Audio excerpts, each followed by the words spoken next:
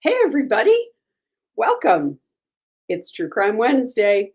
If you're new to the show, I'm Lori Hellis. I'm a retired criminal attorney, both defense and prosecution.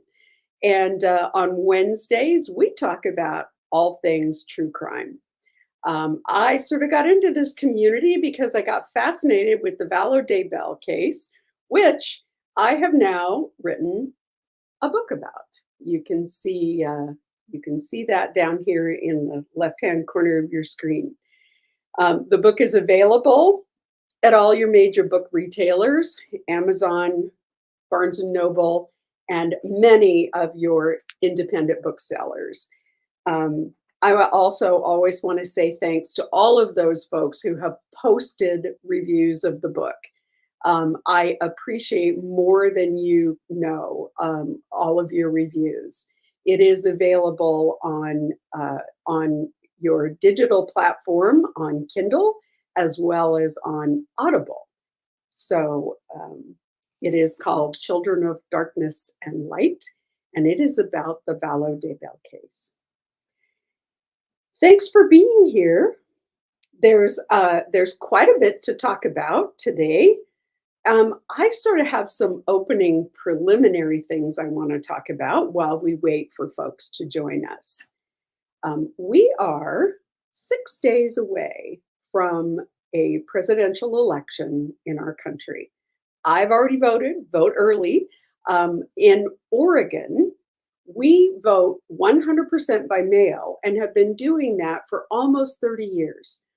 And it is an amazing luxury to be able to sit down with your voter pamphlet, your computer, and look at websites and take your time and to vote and to go through all of those all of the issues and the ballot measures and the tax measures and all of those things at your convenience. So but if you have not yet voted, please, please turn out to vote on Tuesday.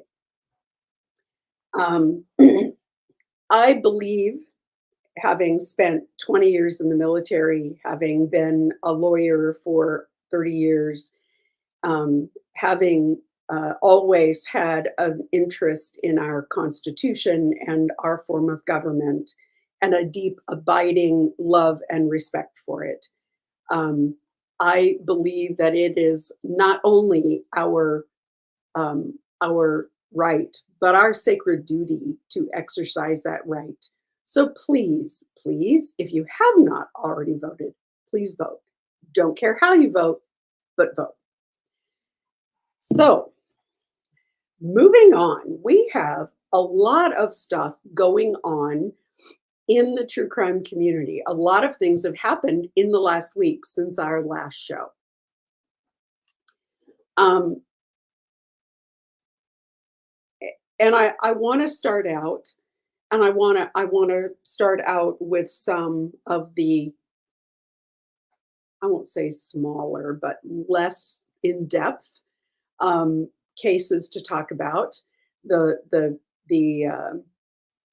smaller amounts of news coming out about cases, and then dive into Delphi because I think what is going on in Delphi with Richard Allen's trial is incredibly important for us to talk about our system, the rule of law, and our criminal justice system um, being stretched and tested. I think that's where we are in Delphi. So I definitely want to spend a fair amount of time talking about that tonight. But there are several other cases that we need to touch on. First of all, Lori Vallow, the case near and dear to my heart. She is in Arizona. I'm doing a lot of ums tonight. Let me work on that. Lori Vallow is in Arizona awaiting trial for the murder or the conspiracy to commit murder of Charles Vallow, her fourth husband, as well as her niece's ex-husband, Brandon Boudreaux. Charles Vallow was shot and killed in Lori's living room. Her brother actually shot Charles, claimed self-defense. Later, it became very clear that she and her brother had conspired to kill Charles Vallow.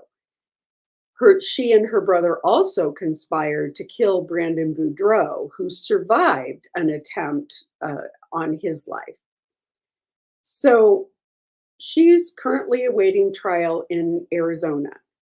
She has consistently declined to waive her speedy trial rights, but in spite of that, under Arizona law, the judge was able to extend her trial into next year because her attorneys were very clear that they had been unable to completely get through the 100,000 pages of discovery that they are currently trying to work through. At the last hearing, they informed the court that at the time that the judge decided to continue her trial, they informed the court that they had gotten through about 8,000 of the 100,000 pages. Now, what we know about discovery, if you've ever looked through discovery, is there is a lot of duplication. For example, every time a police agency files a supplemental report, they append it to the original report. So let's say a police officer writes a supplemental report and it's a page long about something that they found out, but it gets appended to a 40-page police report. And that entire 40-page police report gets reproduced with the new information tacked on the end. So it takes hours just to sort through those things and to say, okay, this is something I've already seen before, and to cull through all that information to find out what the new information is. So that's what's going on in the Vallow trial. At most recently, her attorneys filed a motion in Arizona. It's called a Rule 11 motion, informing the court that they were unsure whether Lori Vallow was competent to stand trial. Now, Lori Vallow's been through this before because she was found to be incompetent in Idaho and ended up going to the state hospital for 10 months to be restored to competency. So they asked for an evaluation. Now, I'm not really sure at this point, having just seen the conversation that her son Colby had with her, he had on his podcast. I'm not really sure that there's a lot of indication that she is not competent, but I understand why her lawyers would want a determination because there's more going on behind the scenes. So shortly after Lori Vallow's attorneys requested this competency evaluation, she asked the judge to relieve her attorneys, or her attorneys asked to be relieved because of a breakdown in communication. And she is asked to represent herself. Now, as a lawyer, I can read between the lines a little bit of what's going on here. So it's very clear that as they're going through discovery, they are doing several things. Now, remember, in Idaho, they don't have an insanity defense.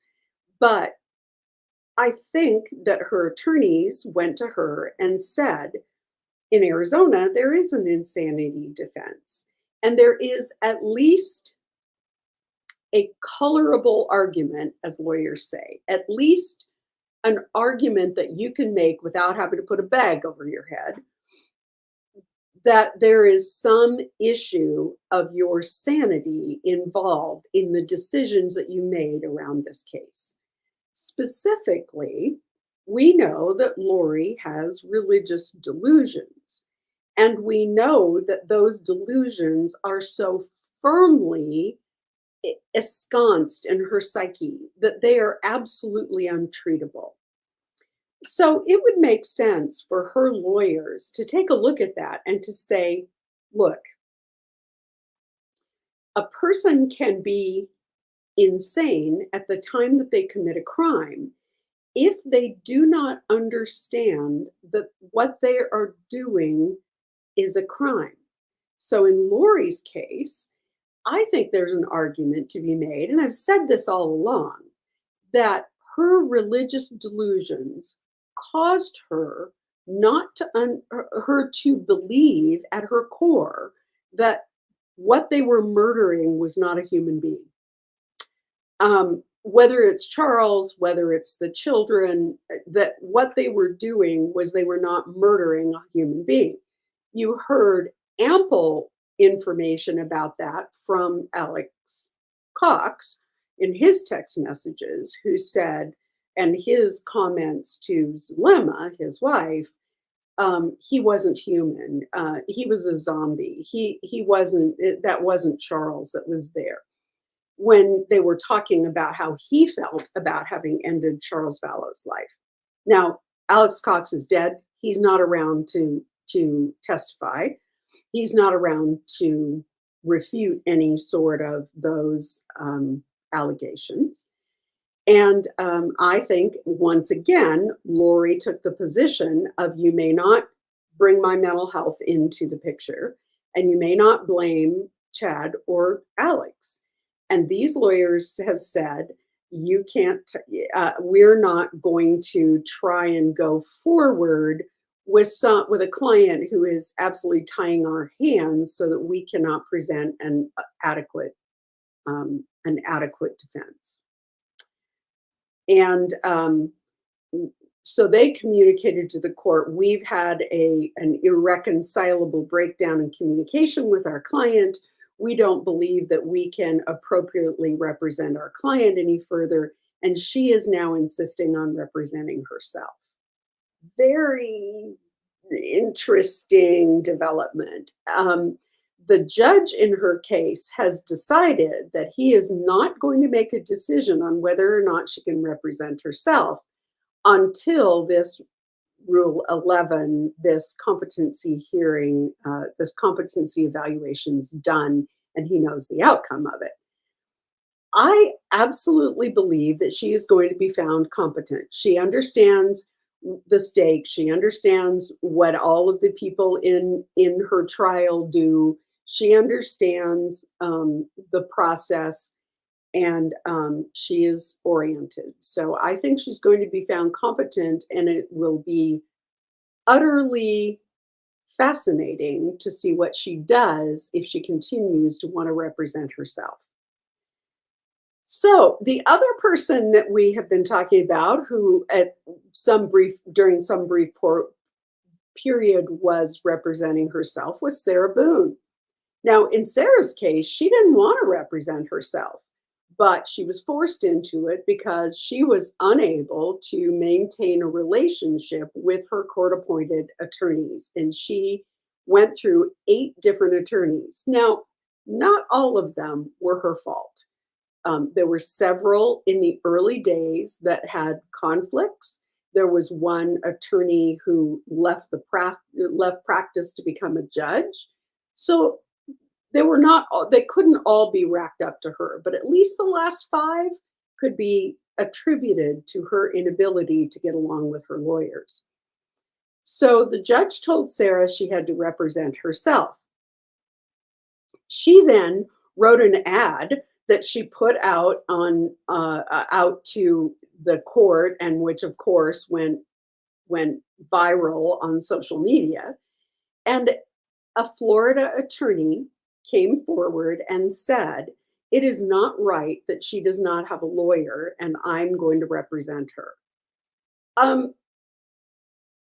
I think that this lawyer did a decent job considering the baggage that he had to haul regarding Sarah's case. And so I want to talk a little bit about that. he stepped up and said, I will represent Sarah. He asked the court for a continuance on her trial, and the judge said, we've had too many continuances. You can represent her, but you have to be ready for trial in October. And that meant that they had about 45 days to prepare for a murder case. That's unheard of. So it was a difficult, a, a, a steep mountain to climb to get ready for that trial to begin with. Secondarily, they had a client whose hand they had to hold at every juncture. That was really evident during the trial when there were several occasions where Owens, her attorney, said, I need to speak to my client before I can go forward, or I can answer that, or I can. Now, the judge in this case has been on the case all the way along, and he was very cognizant of this lawyer's predicament. And at every one of those requests, he then said, please take time to consult with your client. Please do that. But even though he had help from a couple of other attorneys, it was a very difficult case to try because of all of those factors sort of adding up. In spite of that, I think he did a serviceable job. Was he brilliant? No. But then he didn't have brilliant facts to work with, and he didn't have um, a brilliant theory of the case, because Sarah Boone was absolutely intent on making the case that she was the victim. And I think that has a lot more to do with Sarah Boone's own mental pathology than it does with the reality of the case. Now, there is no question that these two people, she and the victim, George, were in a highly conflicted, violent relationship. And there is no question that there was mutual combat. Um, does that mean that she was not a victim triggered, that she did not have battered spouse syndrome, which is a form of PTSD? No. Does that mean that she was not triggered that night to kill George? No. Um, but the jury did not find that that was a credible argument once they had seen all of the evidence. She was offered a plea just before trial began that would have given her about 8 years. She's already been in jail 4. With good times, she probably would have been out in less than 4 years. She turned that down, which every commentator, every lawyer on LawTube, what to a person said, "Boy, is that dumb." And it was really a very poor choice on her part. But considering her her makeup, not all that surprising, because she absolutely is convinced that she is the victim. And it was clear that there were times that she was the victim, but there were many times when she was also the aggressor. So, um, so I think the most surprising thing that happened in Sarah Boone's case was how fast that jury came back. Um, it was astonishing. An hour and a half. Um, Now, they only had one count, the second-degree murder count, but it was really astonishing how fast that jury came back. Um, I did not expect that. I did not expect that they were going to come back in virtually record time. Um, so the judge ordered a pre-sentence investigation, and she is set to be sentenced. I believe it's December. I didn't put it in my notes, but I'll look it up. So, what else has been going on? We've had Melody Ferris. This is the burn pile murder case going on. Um, and this has been kind of an interesting case because you have a woman who was married to a man. He was a lawyer. Their marriage wasn't particularly a happy one toward the end. And he disappears. He's found on their hobby farm, uh, his body burned beyond recognition in the burn pile on the property. Thank you, Jennifer. December 2nd, possibly for Sarah Boone. So, so it becomes clear very quickly that she had a lot of motivation to murder him. He'd had an affair. She'd had an affair. She didn't really have any financial wherewithal without him. She stood to inherit a great deal of money and a great deal of property if he were dead. They had 4 children, adult children, and she has gone out of her way to blame her adult children. She claims that at least her adult son, who helped around the hobby farm, had motivation to murder his father, and she really has thrown her own children under the bus. So closing arguments happened, and the jury and they've gone on jury watch. So closing arguments, I think, happened this morning. I watched pieces of them, and probably some of the most effective um, closing I've seen in a long time was the defense attorney who walked out into the courtroom. And, a lot of this depends on whether a judge will allow this sort of almost theatrical closing argument. Um, I had a good friend I went to law school with. This is a complete digression, but in a similar sort of situation.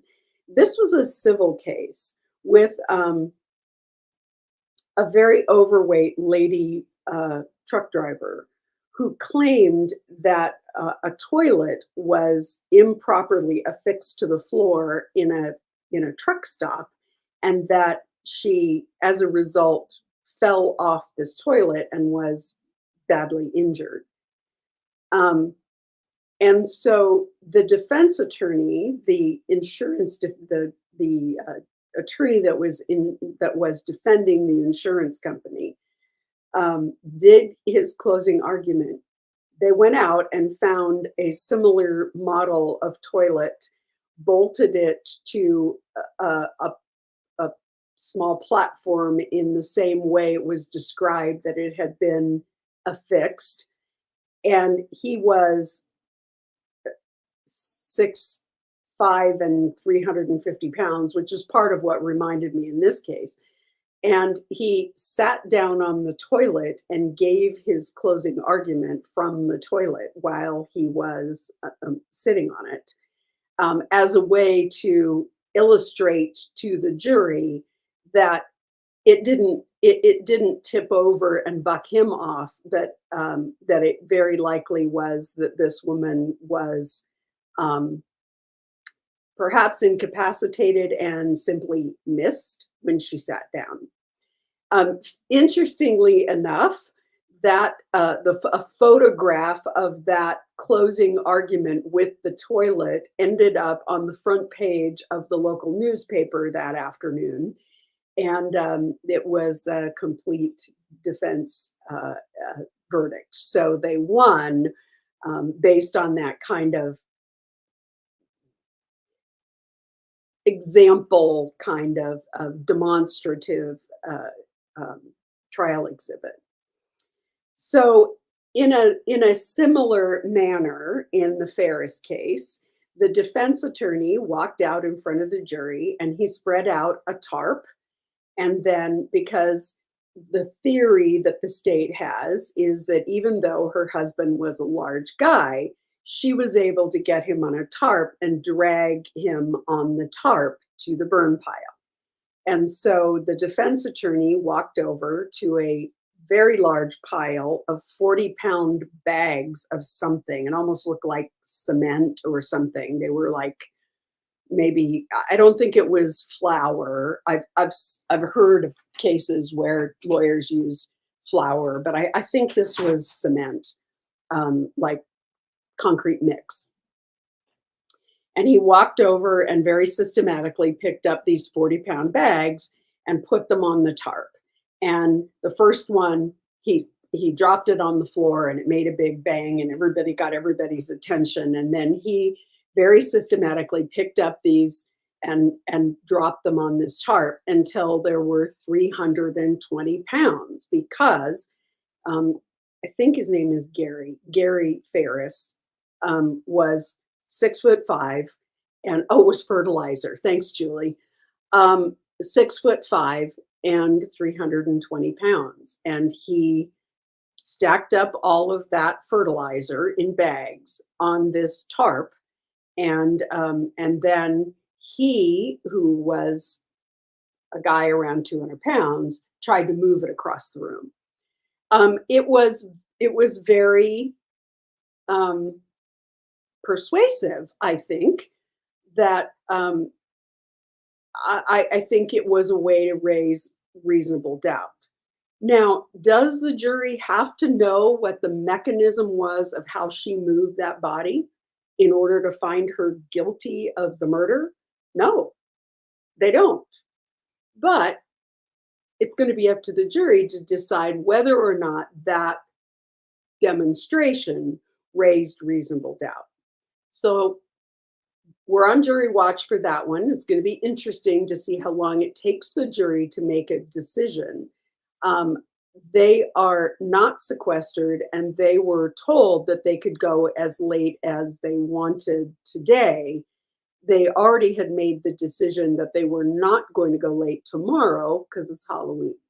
And a lot of them have kids who need to go celebrate Halloween. So we will continue to watch that one and see how soon we come back with a jury verdict. The YSL trial, which is the young thug RICO trial that's going on in Georgia and has been going on for 11 months. It took them 11 months to pick a jury. Then the trial itself, they have been presenting evidence to this jury for 11 months. This is the trial where one of the defense attorneys, the judge threw one of the defense attorneys in jail, held him in contempt. That judge was then removed from the case and a new judge was assigned. This new judge has been quite no nonsense and just this week threatened to declare a mistrial. At this point, she said she would declare a mistrial, but it would be without prejudice, meaning that the state could bring the trial again. Now, that is exactly what the defense does not want to have happen because the prosecution has done such a horrible job at this case that they do not want to give the prosecution a second bite at this apple where they can clean up their poor performance in a new case, in a new trial. So they don't want it without prejudice. So they want it like the Alec Baldwin case, where the prosecutorial misconduct was so egregious that the court had no choice but to uh, declare a mistrial with prejudice. So, but what this has done is it has triggered at least two of the six co-defendants to enter pleas. So, and the judge suspended the trial for the remainder of this week. It is supposed to reconvene on Monday, but as things have gone along during this week of suspension, there have two of the four co-defendants have entered pleas. Um, the co-defendant who goes by Lil Rod, he has entered a plea, and so has the guy who goes by Quay. So that is going to be pretty interesting to watch to see whether or not the remaining four co-defendants are going to hold out for trial or whether they too are negotiating pleas. I I don't think that the prosecutor particularly wants to retry this case because of how much time and money they already have invested in it. And certainly the defense does not want the prosecution to get a second shot at doing a better job because their performance has been horrendous.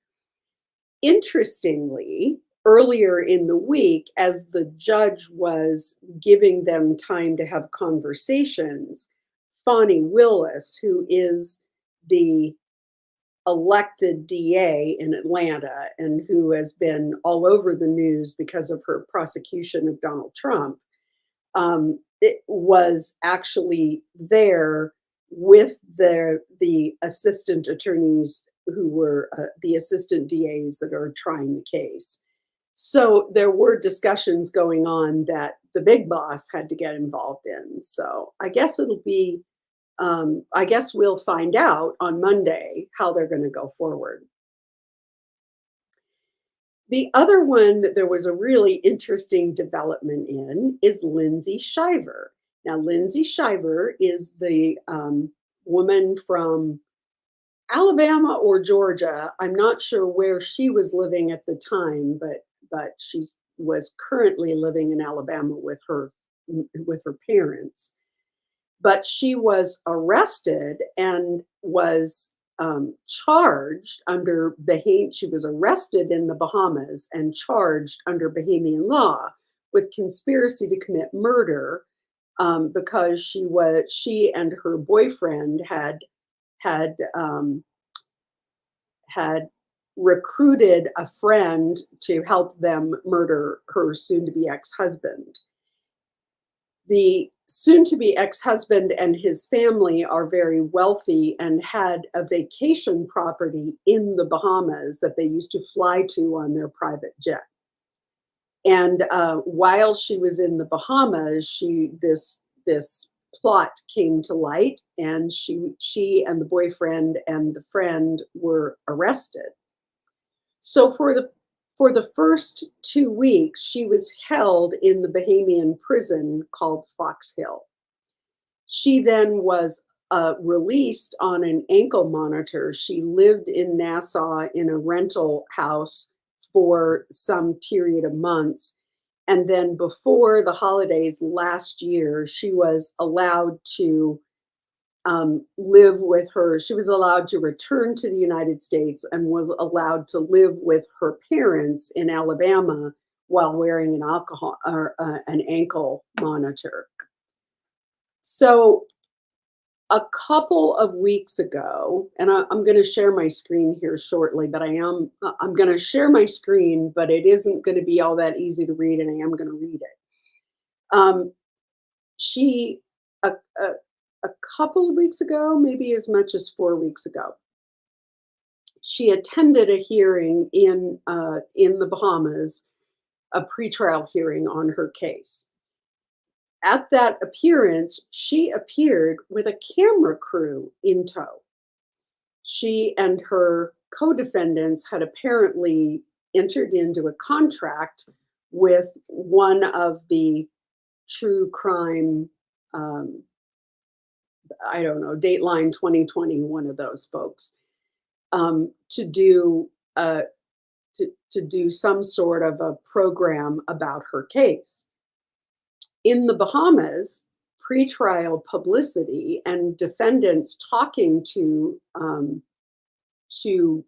the media pretrial is absolutely forbidden. So the judge, when they showed up with the camera crew, the judge was not happy. Lindsay Shiver contended that the contract they had entered into, it was their understanding that none of that information was going to air until after the trial was over. But that was not the case. It was aired the evening after her court appearance. The court then demanded that they come to court, that they prove that they were not in contempt, and if they could not satisfactorily present that, including providing the contract language, that they were subject to having their bail revoked and being returned, their release revoked and being returned to Fox Hill Prison. And this morning, or yesterday, it may have been yesterday, she made that appearance and the judge revoked their bail and said, you will wait for trial in Fox Hill Prison. Now, those of you who are followers know that we have talked previously about Fox Hill Prison. So let me share my screen here.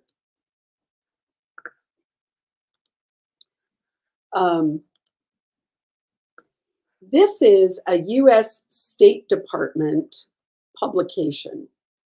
And I'm going to turn to my other screen here and actually read it to you. This is just the highlighted portion is a report from the U.S. State Department about the conditions in Fox Hill Prison. Now, the reason this report was created was because Sam Bankman-Fried was arrested in the Bahamas. He was living in a penthouse apartment in the Bahamas at the time that U.S. charges were filed against him. He was arrested in the Bahamas on U.S. charges. He very quickly waived extradition and hightailed it back to the U.S. But this report was created at around the time that he was arrested.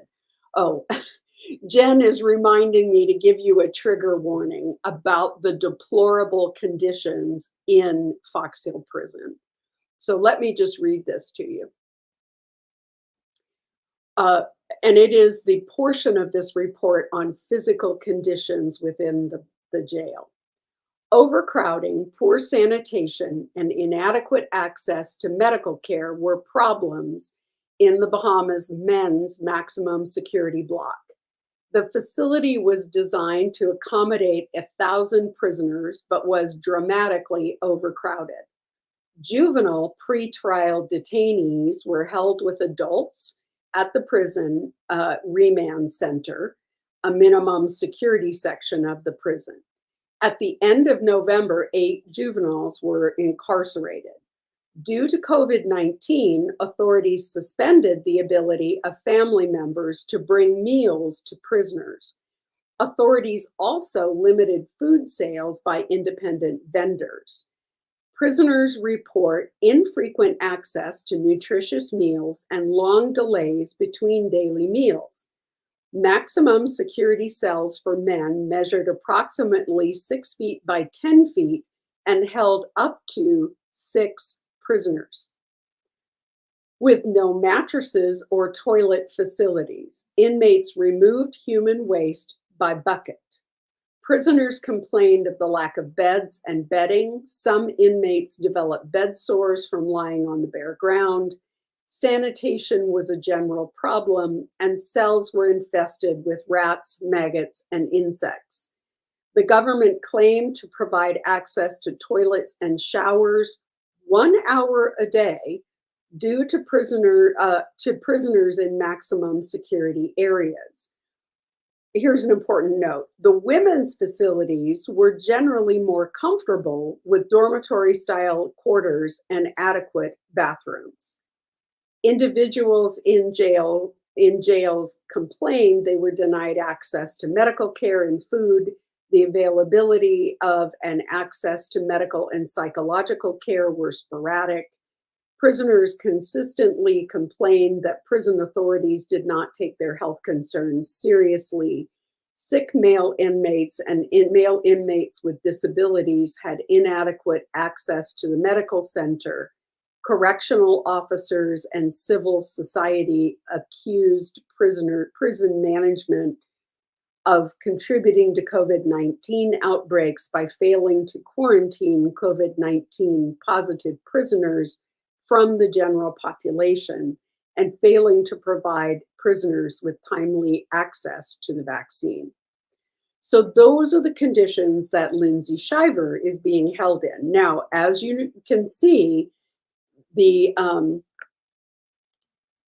conditions were decidedly better for female prisoners, but one of the issues is the fact that in order to get decent meals, people were allowed to have family members or friends bring them food, but that has been sharply curtailed because of COVID. Now, I don't know whether or not that has been reinstituted with the sort of easing of COVID restrictions. So Lindsay Shiver is going to be in Fox Hill until her trial.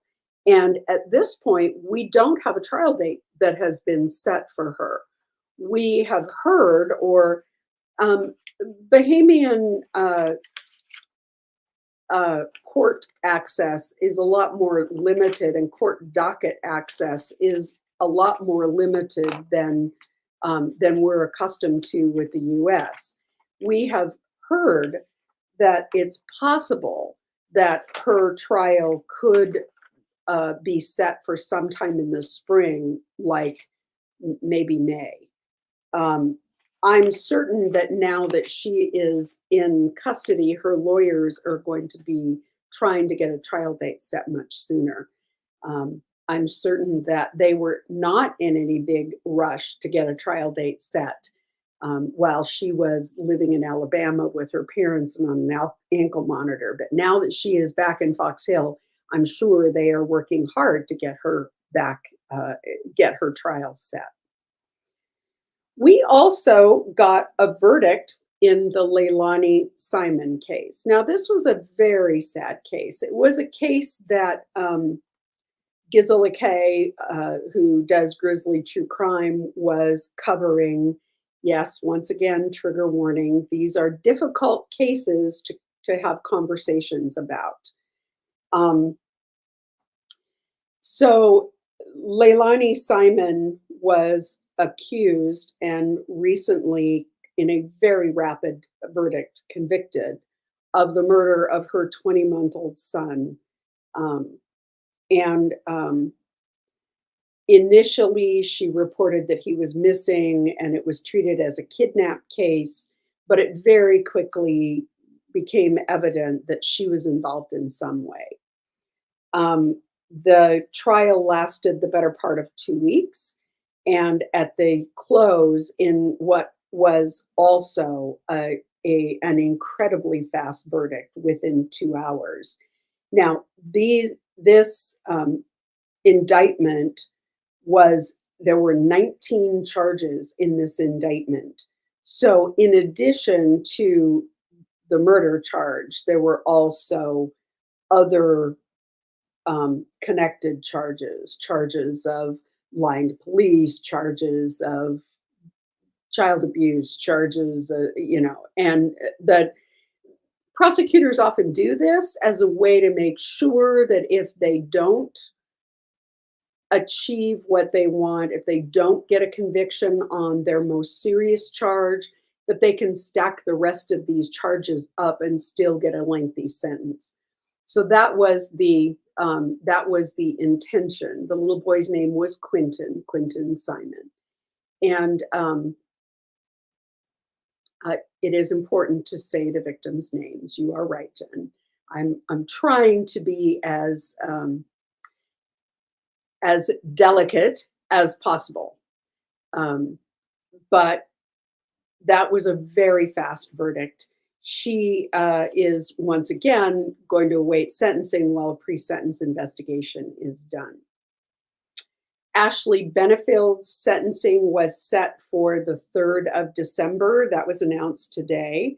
And so we will be seeing her sentencing here shortly.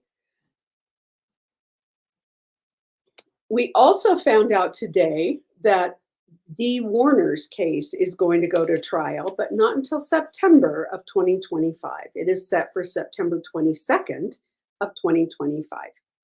So, but that is good news for her family as well. In Dee Warner's case, she had been missing for a couple of years.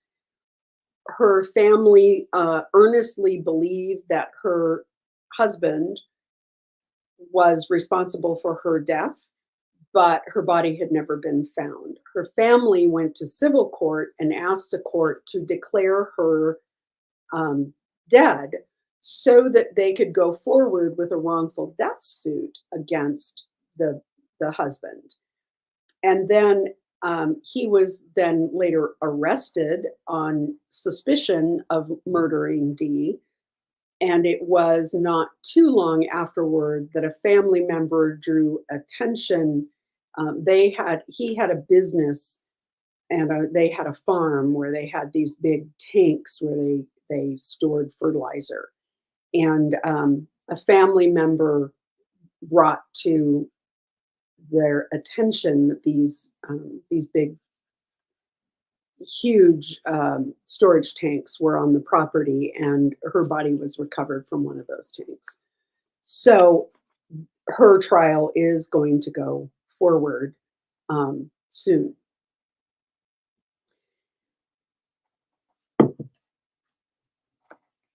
Well, relatively soon, next year in September. So I do want to go over a couple things that are coming up. We have, it is not unusual for for courts not to schedule trials and lengthy kinds of hearings during November and December.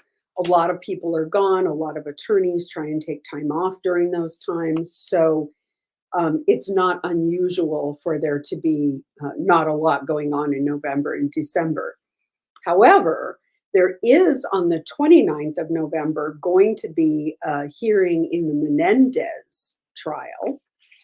In the Menendez case, the Menendez brothers, who have been in prison for nearly 30 years, maybe more than that, for the murder of their parents. They are, there is going to be a hearing in November about the possibility of there being a resentencing.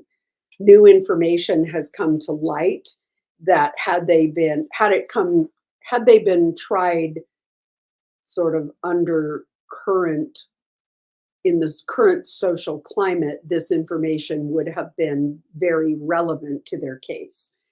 The fact that they were sexually abused by their father.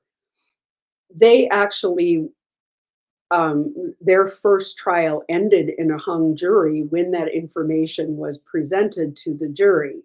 It was not allowed to be presented to the jury in the second trial, and they were both convicted. So there have been the prosecutor in the case has said, admittedly, that information probably should have been presented to the jury, and the prosecutor is in support of a hearing to discuss resentencing. So in December, the James Craig trial is going to start, at least at this point, is scheduled for December 2nd. And Ashley Benefield is going to be sentenced on the 3rd. In January, we have Larry Millette on the 6th, and we have Karen Reed's retrial, at least at this point, scheduled for the 27th. Now, I think there's going to be a motion to put that sentencing off um, until after her appeal on the issue of the jury, and the double jeopardy issue gets heard by the appellate court. So that brings us to Delphi. Now, I have been trying really hard to follow this case, and I'm sure that a lot of you have been trying hard to follow this case.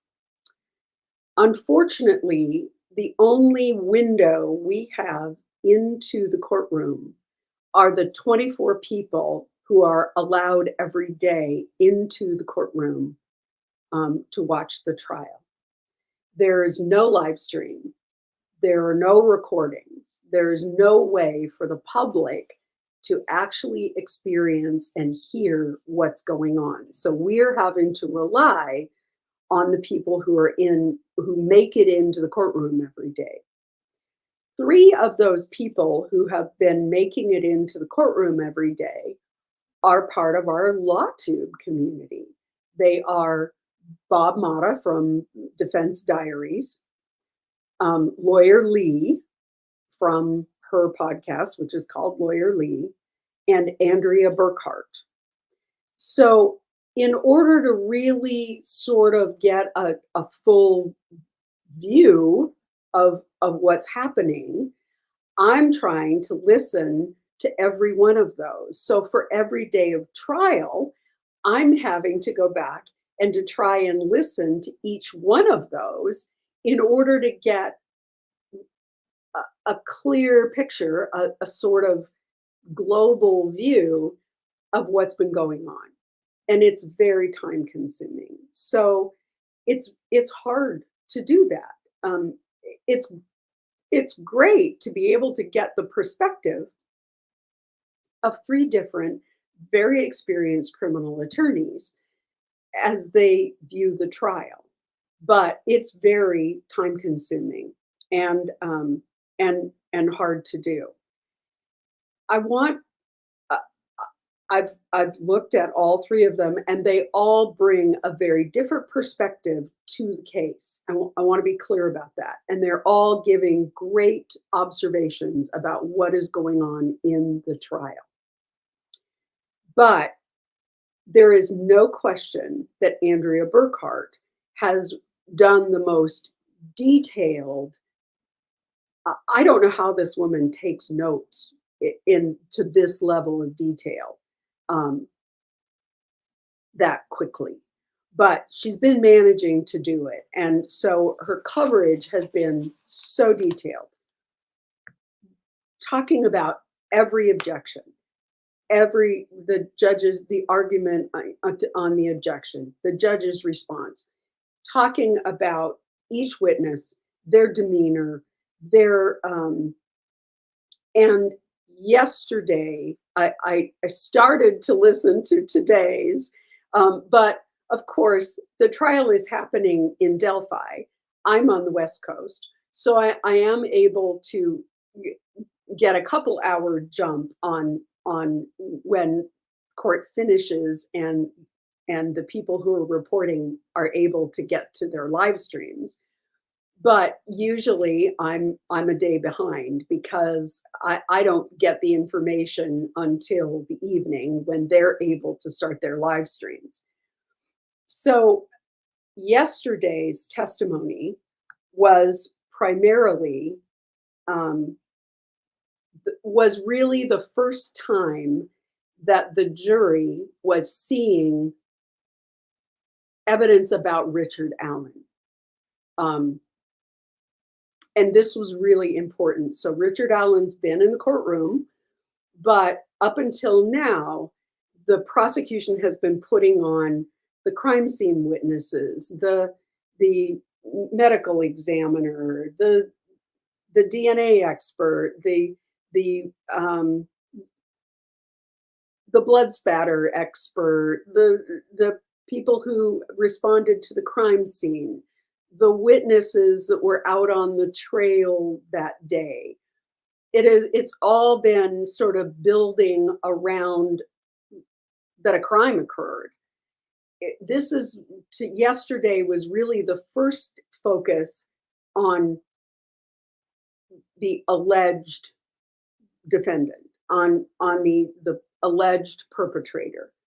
Um, I have been working with fabric and yarn today, and I feel like I'm covered in fuzz. My nose is just, I feel fuzzy. Um, so as the jury was getting its first glimpse of this person who has been sitting at the at the counsel table for a week, almost 2 weeks now, I think. So they started out by playing Richard Allen's police interrogations, and there were at least two. And what the jury saw was a guy who consistently denied having had any involvement and consistently said, I didn't do this. I didn't see the girls. I didn't run into them. I never saw them. I've never met them.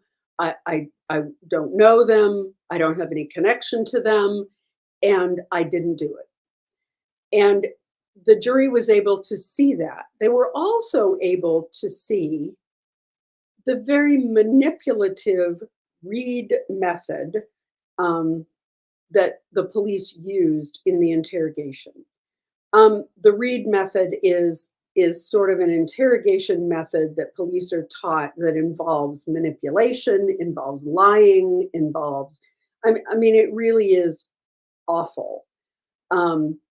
And I think it's falling out of favor. I won't say it has fallen out of favor, but I think it is a method of interrogation that is falling out of favor. And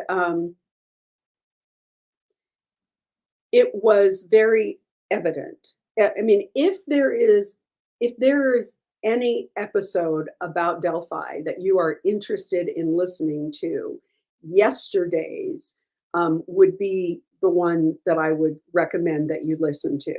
And yesterday, Andrea Burkhart had some very detailed observations about what was going on in the courtroom, the demeanor of the witnesses, the reactions of some of the other people who were in the courtroom, all of those things. She had some very detailed observations of that. So I would highly recommend watching her live stream from yesterday. Now, her live streams are long because she is so detailed in going over and keeping how she's able to take these notes that are this detailed. I don't know. And I'm a pretty good note taker, but I mean, she's pretty amazing. So the jury sees Richard Allen as this kind of ordinary, everyday guy who's very adamant about the fact that he's not responsible for this crime. And over time, he realizes that nothing he says is going to put these cops off him. And he finally gets frustrated. They're using his wife and daughter, manipulating him with them. And he finally gets frustrated and says, I'm done. If you're going to arrest me, arrest me. And he says this more than one time. And they do arrest him. Strangely enough, not so strange, because this judge is, I'm just going to say it, this judge is absolutely reprehensible. It is embarrassing how horribly biased she is. She has decided that Richard Allen needs to be convicted of this crime, and she is going to find a way to manipulate this trial to come to that conclusion. It's absolutely horrible. I mean, she has done some heinous things. She has stripped him of his lawyers just before trial was scheduled. And the lawyers had to go to the Indiana Supreme Court to get reinstated. And the Indiana Supreme Court had to tell this judge, you have to reinstate these lawyers. In spite of that, the Indiana Supreme Court would not take up the issue of whether or not this judge was biased to the point where Richard Allen could not get a fair trial. But now, I, like everybody else who is not one of the 24 people who get into court every day, have to take the word of the people who are there. And most importantly, the experienced criminal lawyers that are there.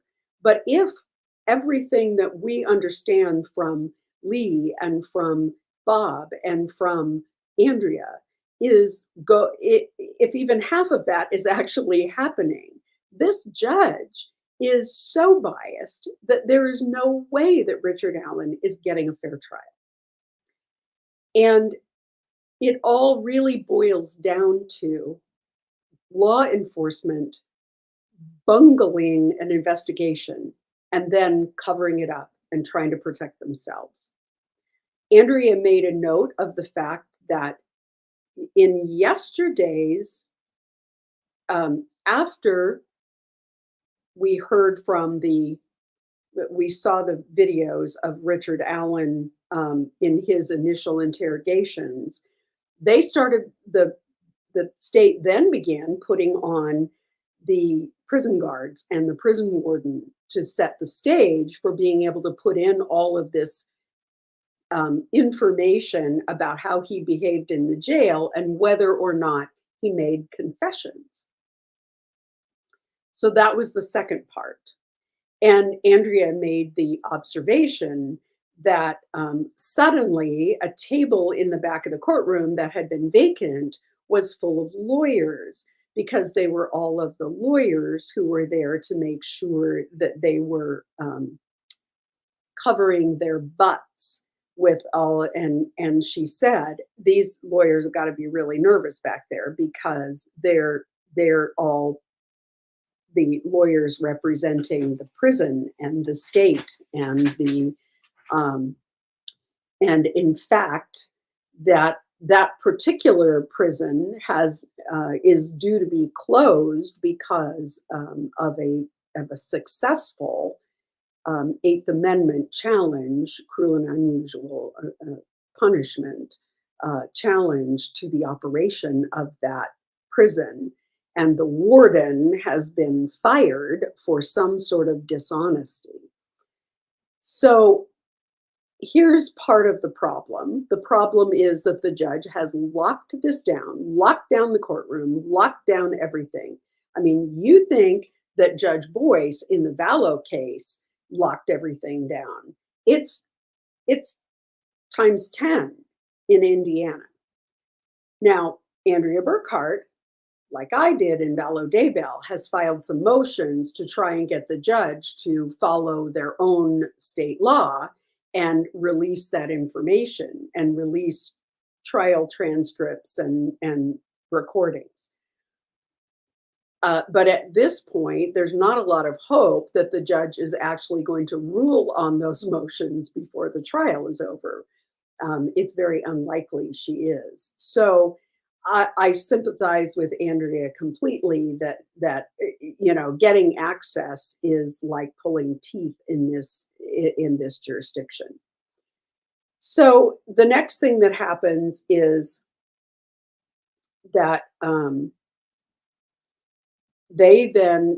state then begins putting on recordings and putting on the prison personnel to testify about Richard Allen's confessions.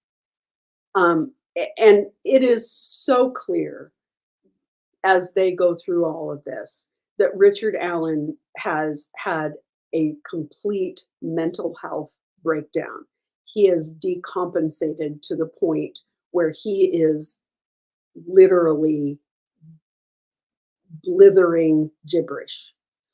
And yet, amongst all of this gibberish that he is saying and all these things that make no sense, he says things like, I killed those girls. And they are taking that as a confession. I cannot imagine watching and listening to those recordings and it not bringing tears to your eyes. He is so sad and he is so diminished.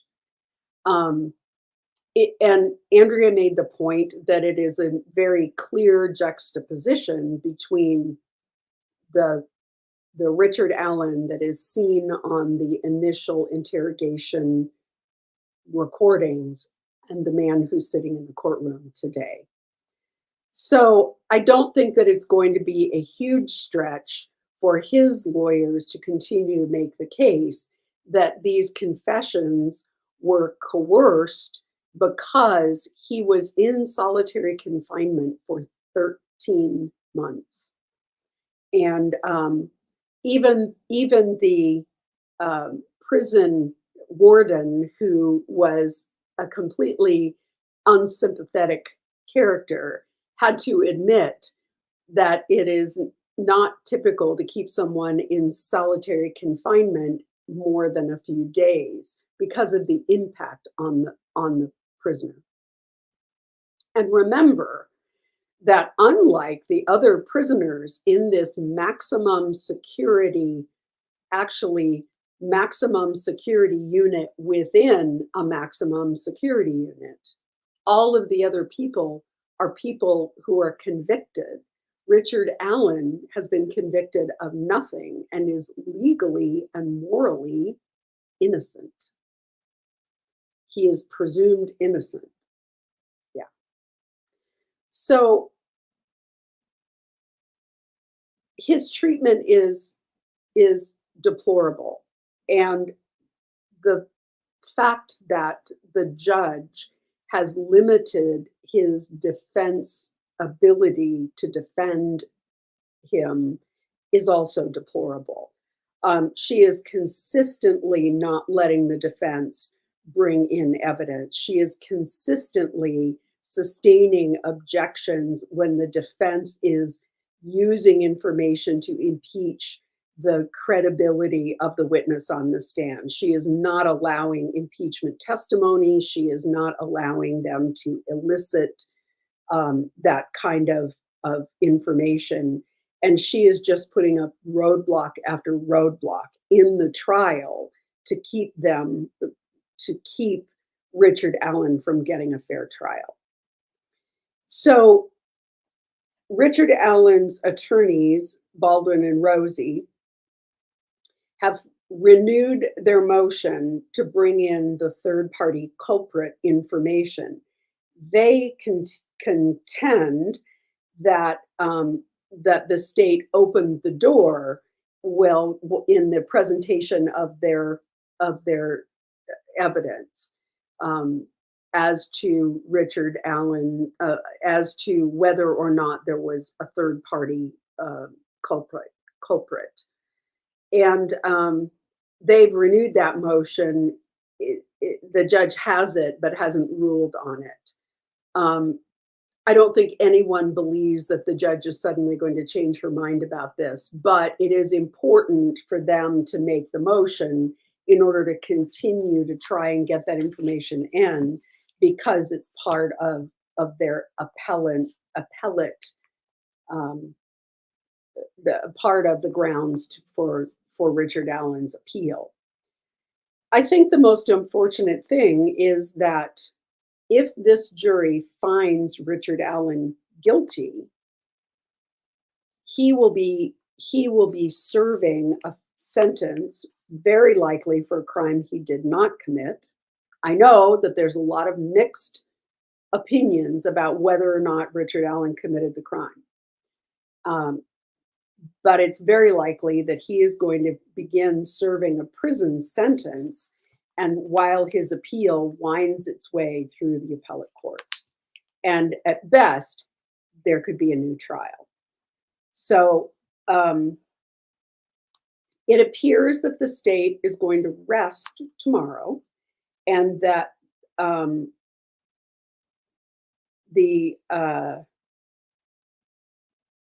looking at my notes. It appears the state's going to rest tomorrow and the defense is going to pick up at some point tomorrow or Friday.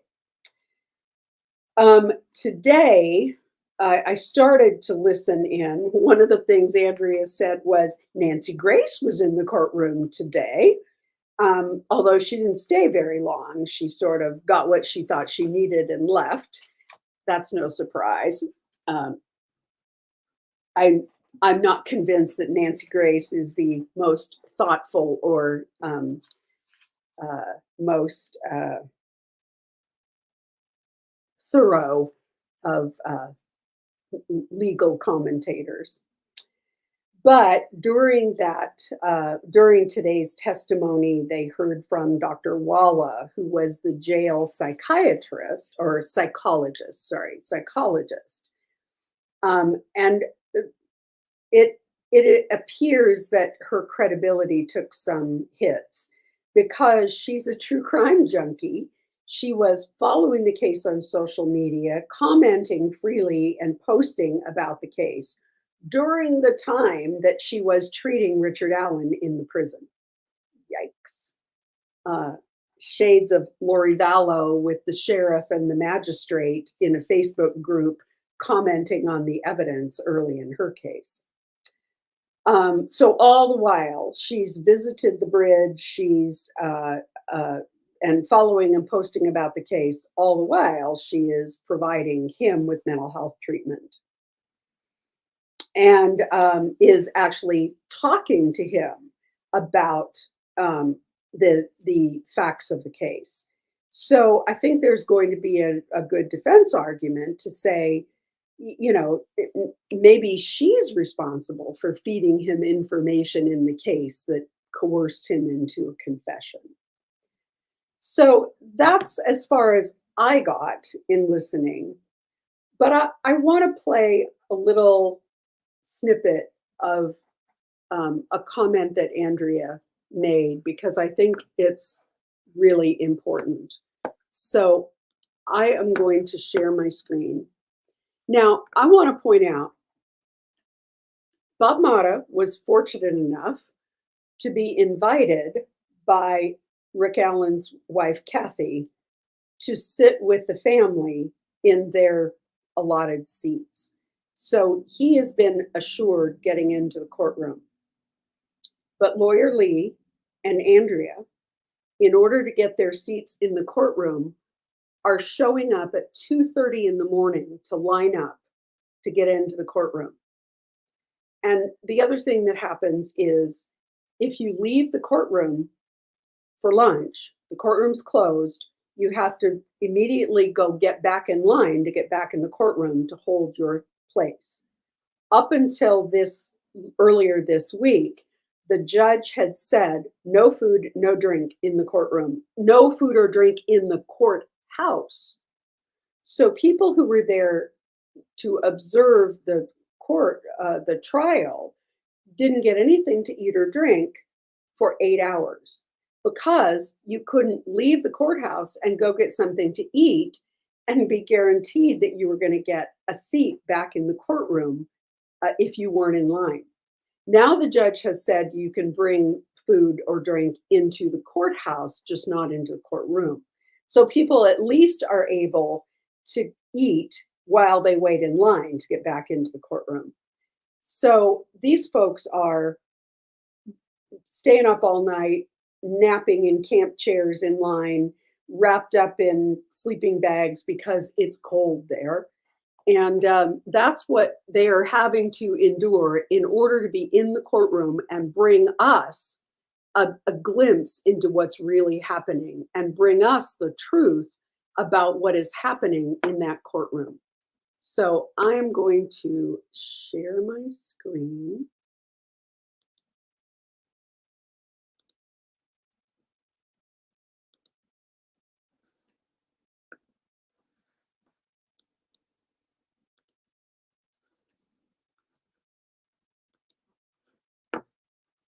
And I'm going to play this little bit from Andrea Burkhart. In our penal institutions,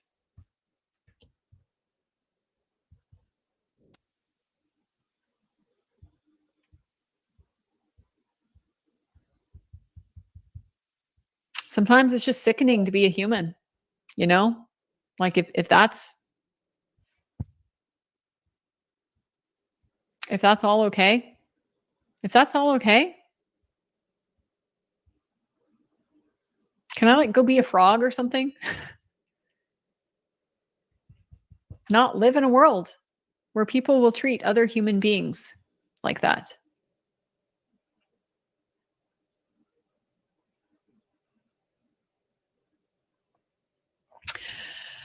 I want to just say something real quick because, again, I know that this trial is about Abby and Libby. And it's just so unfortunate that we have to also now, that can't be our only focus. After what we saw today, I'm telling you, even the family looked pretty grim at the end of the day today. Abby and Libby always should have been the focus. And because of this, they can't. They can't. We got to worry about Mr. Richard Allen now, too, and his justice. And his justice now is just as much as part of this process as theirs. And sadly, every day that goes by here, I'm just less and less confident that there is going to be justice for Abby and Libby.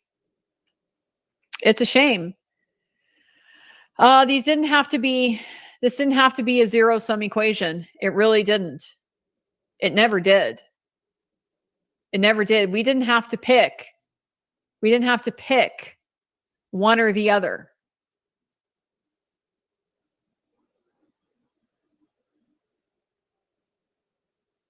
And that's what these folks, these investigators, these prosecutors, these police officers,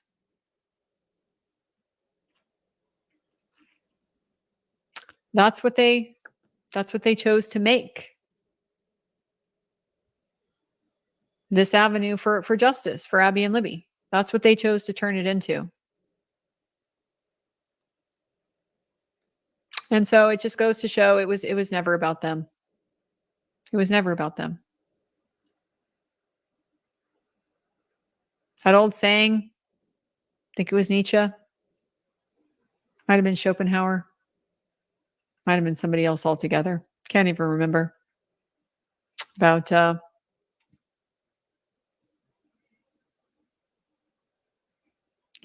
spend too long fighting monsters. Got to be careful you don't become a monster yourself. This town, these folks running this town, making these decisions, they need to look real deep.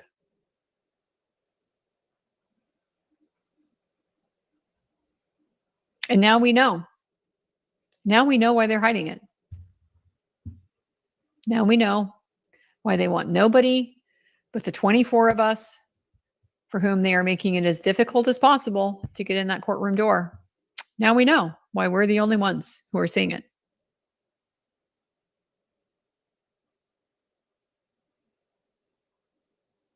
And I hope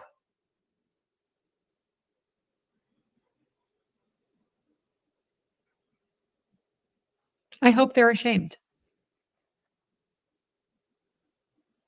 I hope they're ashamed.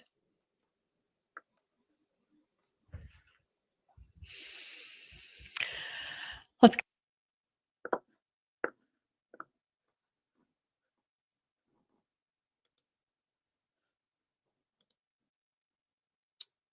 Wow. That is heartbreaking on so many levels. My heart breaks for the family the families of Abby and Libby, who, no matter what, now, thank you. Um, yes, I played that for you as fair use. I guarantee you that Andrea will not complain. Because I want the world to see what this woman is having to go through to cover this case. And I want the world to see the passion and the sadness of the lawyers who love our system, love the law, love, believe that it's not perfect, but it's the best in the world. And how heartbreaking it is for us to see this done to our beautiful, imperfect system. My heart breaks for the family of the victims who will never have justice. Because even if Richard Allen is convicted, how do they, with what they have seen in the courtroom, how do they have any assurance that that conviction was right, true, that he really is the guy? They can't. They can't ever have that level of certainty that lets them have some peace. I don't like the word closure. Grief isn't ever about closure. But for them to have some peace, to have some sense that the right thing happened to the right person. My heart breaks for Richard Allen because if he's an innocent man, I don't know that. None of us know that.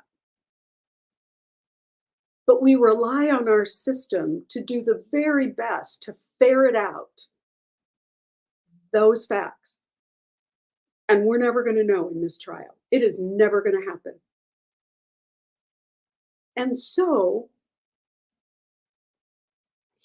there's never going to be any justice, any due process, any fair trial for Richard Allen.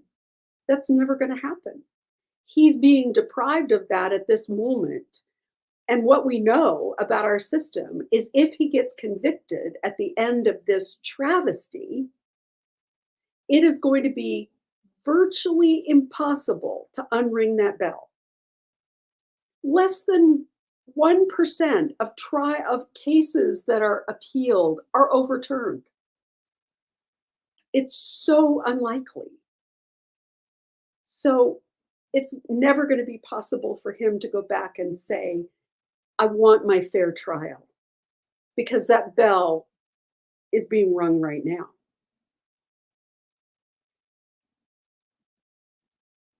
And for the people the prisoners who are in the jails in Indiana, who are being subjected to the treatment that Richard Allen got, that's horrendous. Andrea's right. I don't want to be a human being if humans treat one another like that. We are not the Bahamas. We are not Fox Hill. We are not a third world country. But what's on display right now is third world justice. And it breaks my heart for everyone that's involved. I cannot imagine being in the shoes of Richard Allen's lawyers, knowing, I've said before, an experienced criminal attorney rarely comes out and blatantly, directly says, I believe my client is innocent. And yet we have two cases, two high-profile cases right now where that is the case.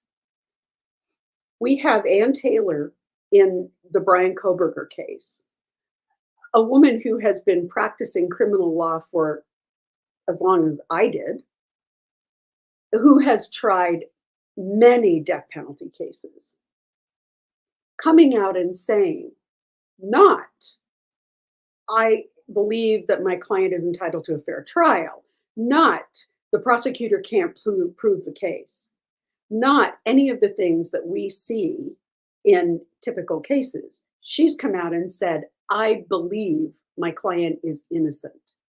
They got the wrong guy.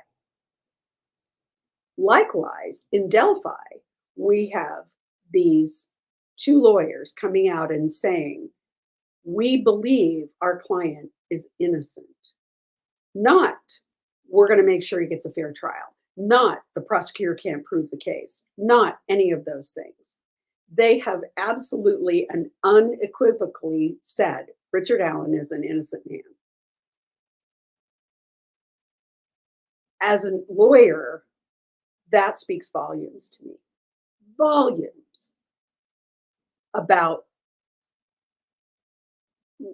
what the lawyers know that we don't know, the discovery they've seen, the experts they've consulted, all of those things. That speaks volumes. And I'm incredibly disappointed that in 2024, we are still forced to call into account and to demand that our justice system be fair and that our justice system give every defendant their day in court and that our justice system protect the rights of the accused. It seems to me like we should have plowed that ground a long time ago, and that ought to be sort of a no-brainer. And yet, these cases keep pointing out that it is not a no-brainer, that it is something that we have to fight for every day. So whether it is our democracy, whether it is our rule of law, whether it is our right to a fair trial for every citizen, it's never guaranteed. And we can never become complacent. We can never assume we fought that fight and we don't have to fight it again. We just can't. Please support these three lawyers who are in Delphi, sitting in their chairs in the cold, waiting to get into this. Please go subscribe to their channels, become members, send them super chats, support them because they deserve it and they need it. And what they're doing is important, righteous work. Please support them. Don't send me super chats. Send them to them. And please vote. I guess we're ready to take some questions. I've been on my soapbox long enough.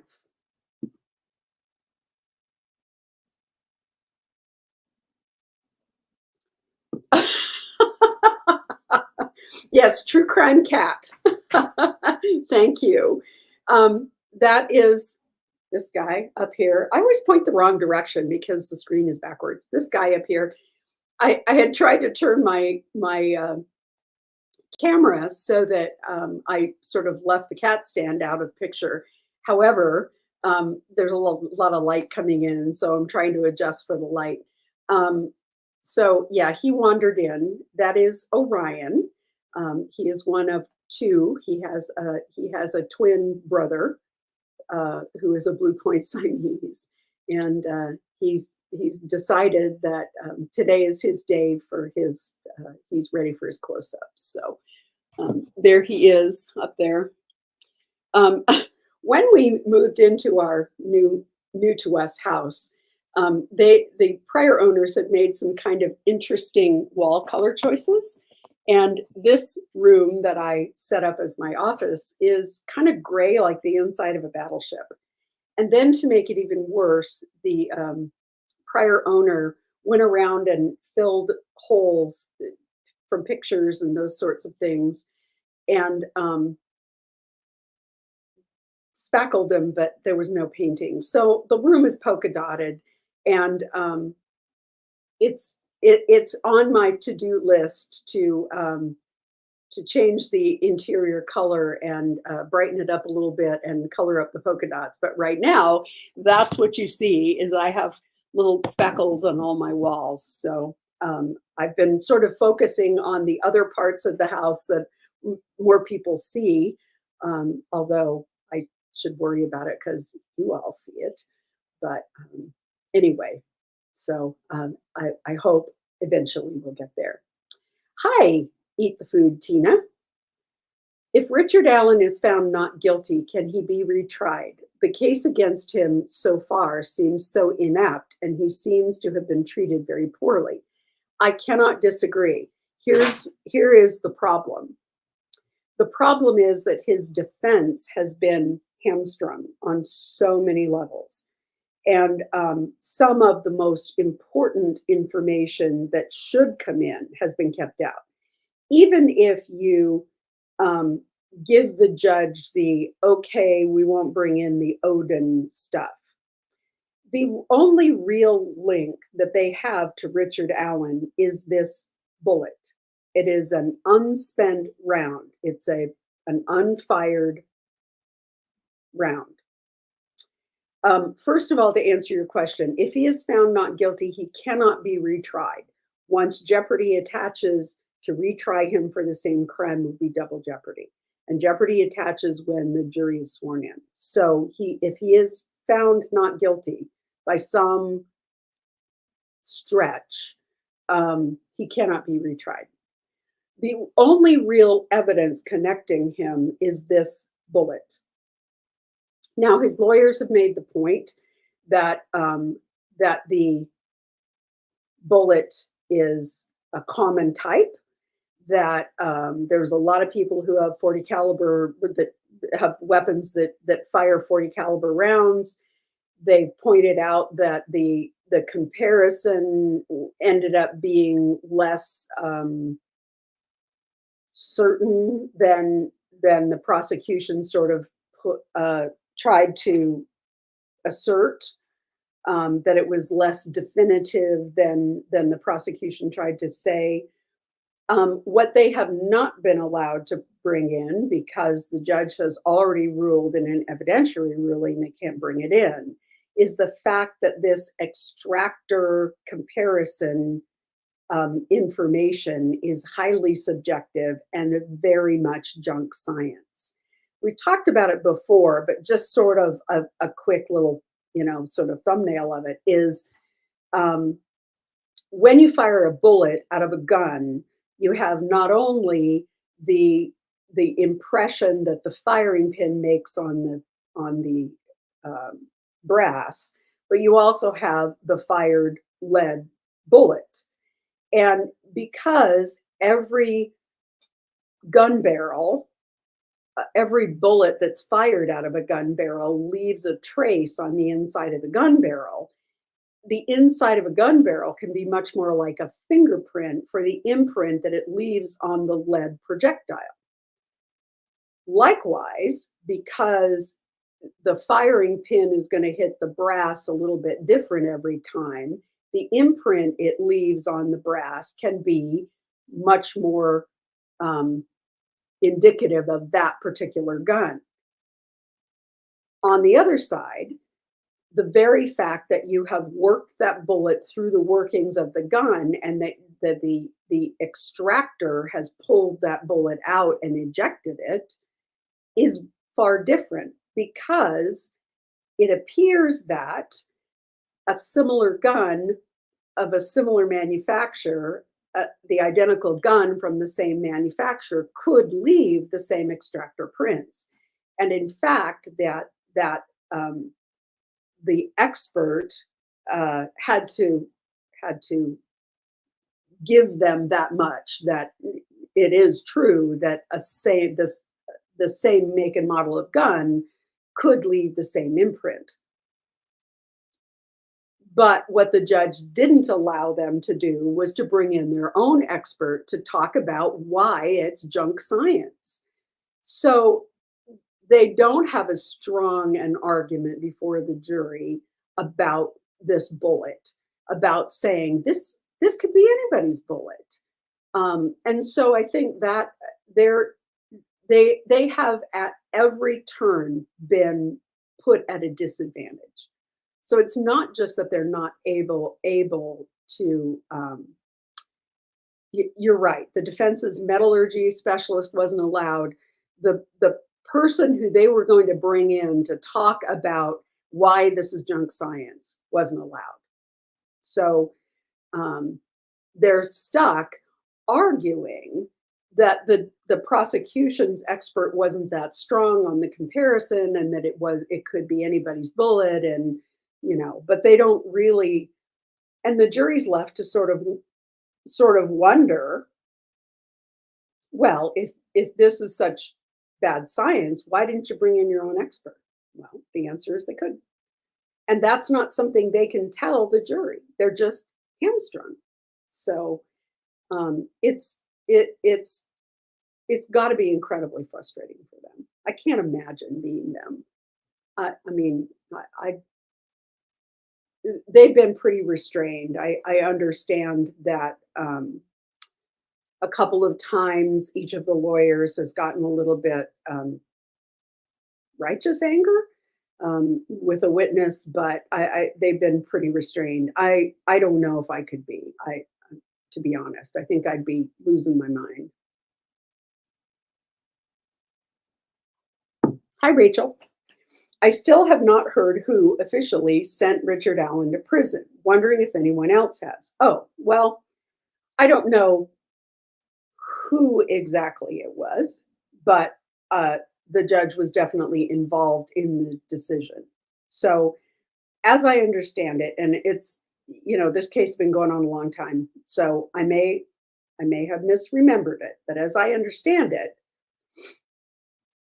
he was initially put into jail with all pretrial offenders, and the initial judge in the case asked to be taken off the case because he had safety issues, and the jail said, we can't guarantee Richard Allen's safety in this county jail.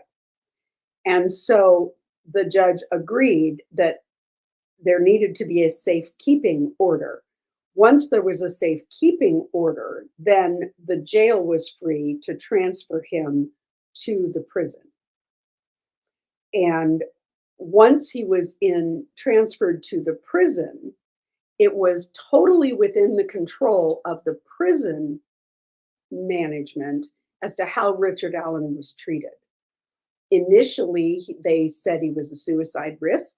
And so for 13 months, now remember, in the other cases we've seen, people are put on suicide watch for days, a week maybe. Donna Adelson, maybe 2 weeks. And this was a woman who had clearly said, I'm going to end my life. If I can't get out of the country, then I'm going to end my life. So putting her on suicide watch made some sense, and not clearing her until they were confident that she was stable made some sense. At most, that was a couple weeks. Richard Allen was in solitary confinement, where he was locked down 23 hours a day. He was allowed out to get in, to be in a cubicle, which his lawyer described as a cage, to talk to the psychologist. And he was allowed out an hour a day alone. So he was never allowed to have any contact with any of the other inmates in the prison. He had no contact with outside. He had 2 visits in 13 months with his family. And he had visits from his lawyers. That's it. And in 13 months, they kept him on suicide watch. What that means is the lights are on 24 hours a day, so your sleep and circadian clock is thrown off, and you are observed and watched 24 hours a day. At first, they had other inmates that were called suicide partners or something along that line, who sat outside his cell and recorded everything he did and said. Later, they were replaced with prison personnel who did the same. And they recorded every 15 minutes, night and day, what he was doing and what he was saying. So he had a tablet that he was allowed to use, and he was allowed to download apps onto it. So, as Andrea says, he played Candy Crush. Um, but that was provided that he had money on his books so that he could pay for things that he downloaded, whether it was music or a movie or any of those things. So, yeah, he has access to a tablet. At one point, his tablet was broken and he didn't have a tablet for quite some time, apparently. So, he was sent to prison for safekeeping. Once he was turned over to the prison, then it was completely up to the prison to decide how he was going to be treated and managed while he was in prison. So, good questions, guys. What else you got for me? PA, this is a good question. What about the white van? There's one thing that ties it together. So, Richard Allen apparently, at some point during his all of these rambling confessions, told a story about a white van surprising him. And so once they had that information, they went out and looked for a white van. Now, what Andrea says is that she thinks that that the witness that initially said, I was there and it was my van, there's some credibility problems with that. We haven't seen the evidence on it yet, but his confession includes talking about a white van that surprised him, and while he was with the girls. And they went out and looked for somebody in a white van, and somebody said, I had a white van and I was parked here that day. But Andrea has suggested that when that evidence comes in, there are some real credibility issues about this person who made this report. So remember, they were putting out publicly, sort of, if you had a white van and you were there that day, please get in touch with us, sort of information.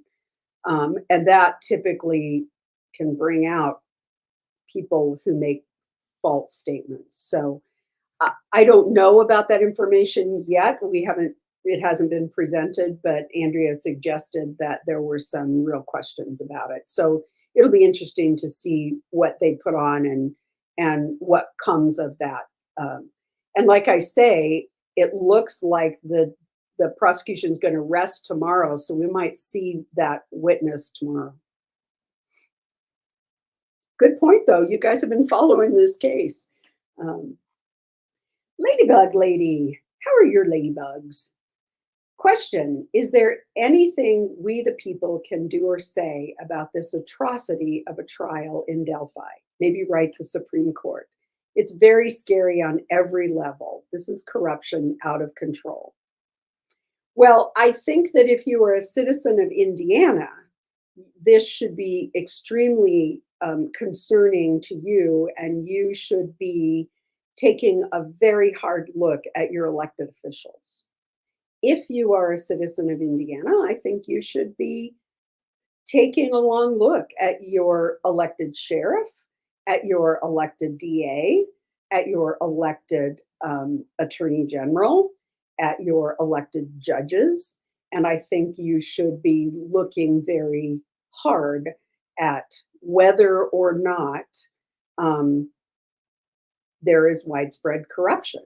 I mean, I say the same thing about the people in Canton, Massachusetts, and around the suburban Boston area. So it and once again, I come to the it's important to vote because it could happen anywhere for us. And I think we have a responsibility to look at our elected officials and to be sure that we're well informed voters when it comes to who we are electing to be our judges and who we are electing to be our district attorneys. I feel like I'm really fortunate because the place I live, I I practiced law for a long time, and I know a lot of these people. And oftentimes I have friends call me and say, "Hey, so and so's on the ballot. What do you know about them?" So I think that the very best thing that you can do. I don't know that writing the Indiana Supreme Court's going to do any good because um, Supreme Court operations operate in a very prescribed manner, not proscribed, a very set way of doing things. And they're kind of in an ivory tower. And I suspect that it wouldn't do much good. I think the most important thing that you can do is look at your own local level and make sure that the people who are in power in your local jurisdictions are people who are going to be honorable and ethical and are committed to doing justice. And we all have that responsibility as citizens to assure that the people that we're turning power over to are people who have good intentions for our communities. So Rachel Gamber. Judge Gold isn't up for reelection until 2026. That's a lot of lives to potentially ruin between now and then. I could not agree more. And I think that the people who are in her jurisdiction ought to be looking at a recall. I think the people in her jurisdiction ought to be taking a hard look at whether this judge is fit for the bench. So, speaking of that, in a completely unrelated thing that I just thought about, Donna Adelson, her second set of attorneys has been disqualified. In fact, because one of them was a judge who early on signed search warrants, I believe, having to do with the early parts of the case. So was conflicted out. And I that was just so ridiculous. What made me think about that was that this also was a person who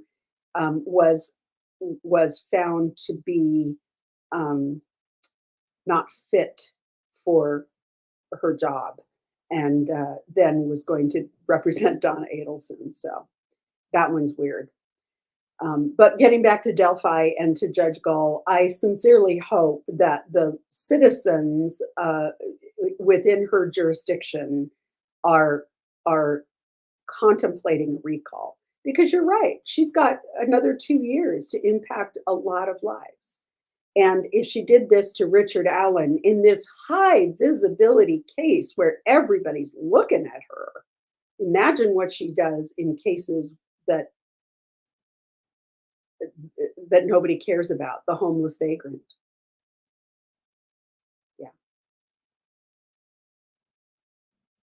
Rachel, Bob Mata, I haven't listened to Bob and Allie today. It has been really hard to try and fit in time to listen to three lengthy live streams every day about this case. So I haven't listened to Bob yet. But Rachel says Bob heard today that there's some kind of mental health employee on the jury. If that's true, that's going to be very interesting for jury deliberations. I agree. Um, I don't think that anybody who has heard um, the testimony from the psychologist and heard the testimony from the prison officials who were documenting Richard Allen's behavior. I don't think there's anybody that has any kind of mental health background that wouldn't see that as someone of diminished capacity and wouldn't see that as any confessions made while who would see any confessions made in that condition under duress.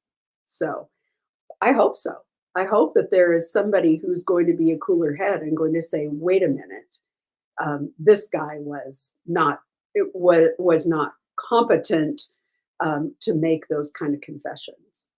So, and I will try and catch up with Bob and Allie tonight or tomorrow.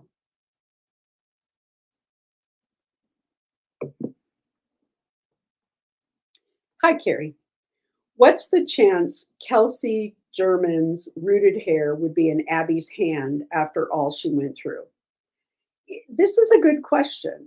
We don't know who that hair belongs to because they didn't test it and they didn't compare it to anybody in the family. What they said was it's a female's hair. So they jumped to the conclusion that it was a family member.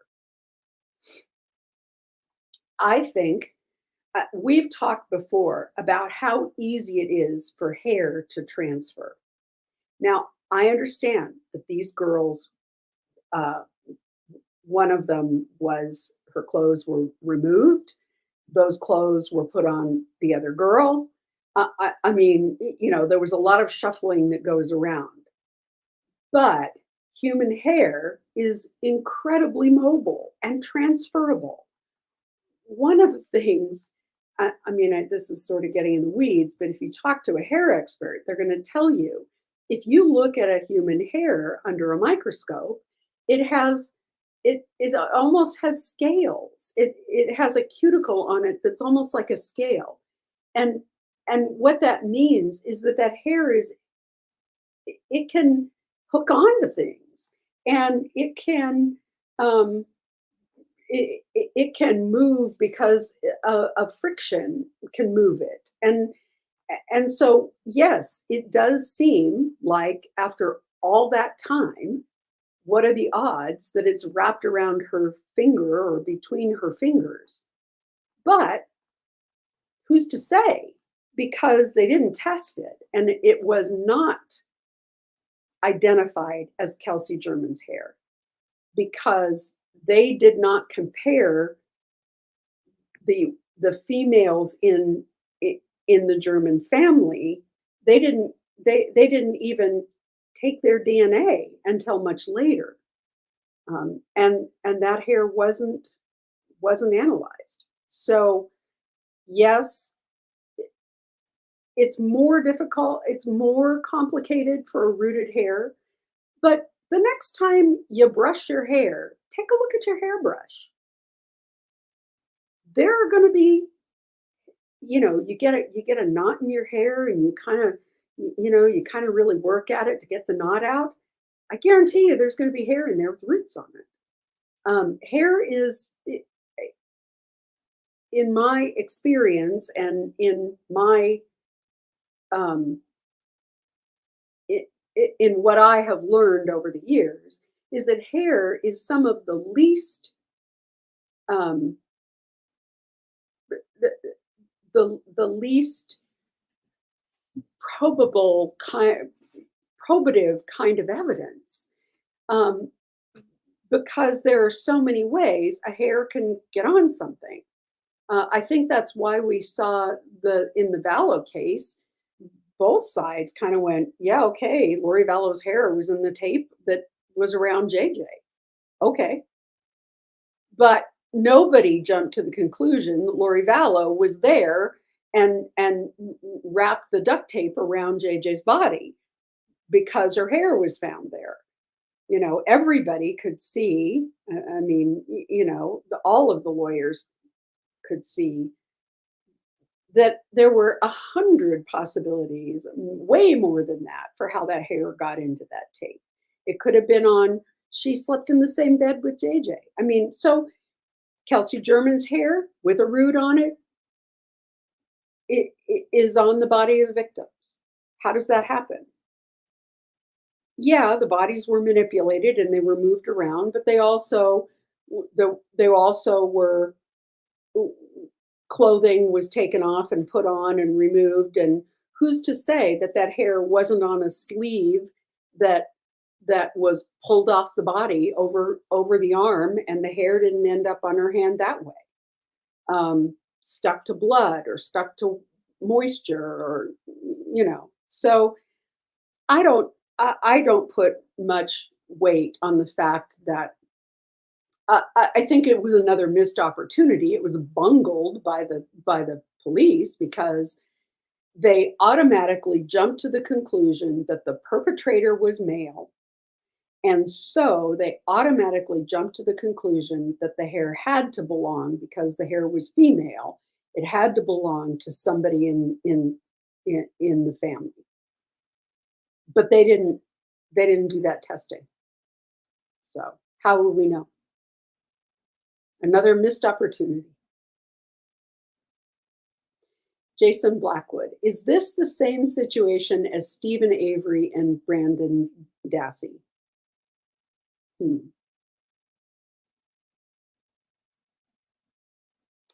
I think it is more similar to Brandon Dassey.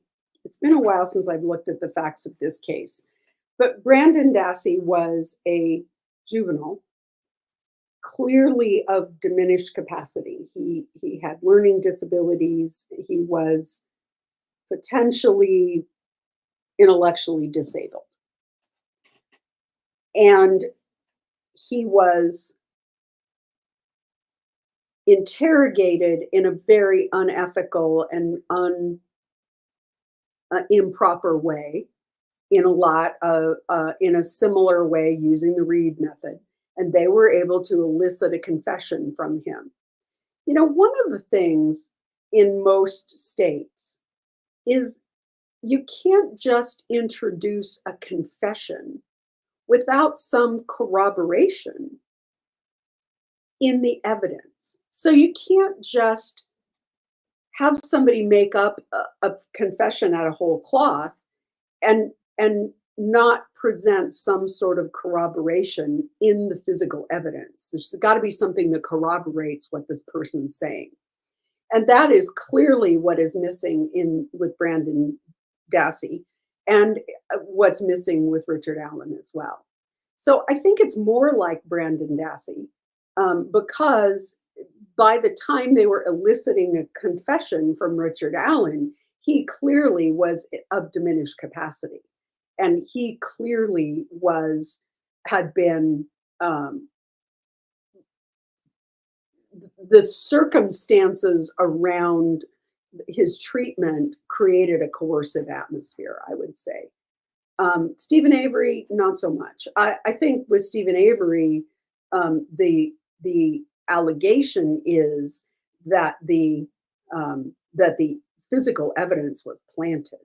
That is, his defense team believes that the physical evidence was planted, and that the timeline of the crime certainly absolutely does not fit the facts. So, and I don't know where that stands. I haven't seen anything on it in a while.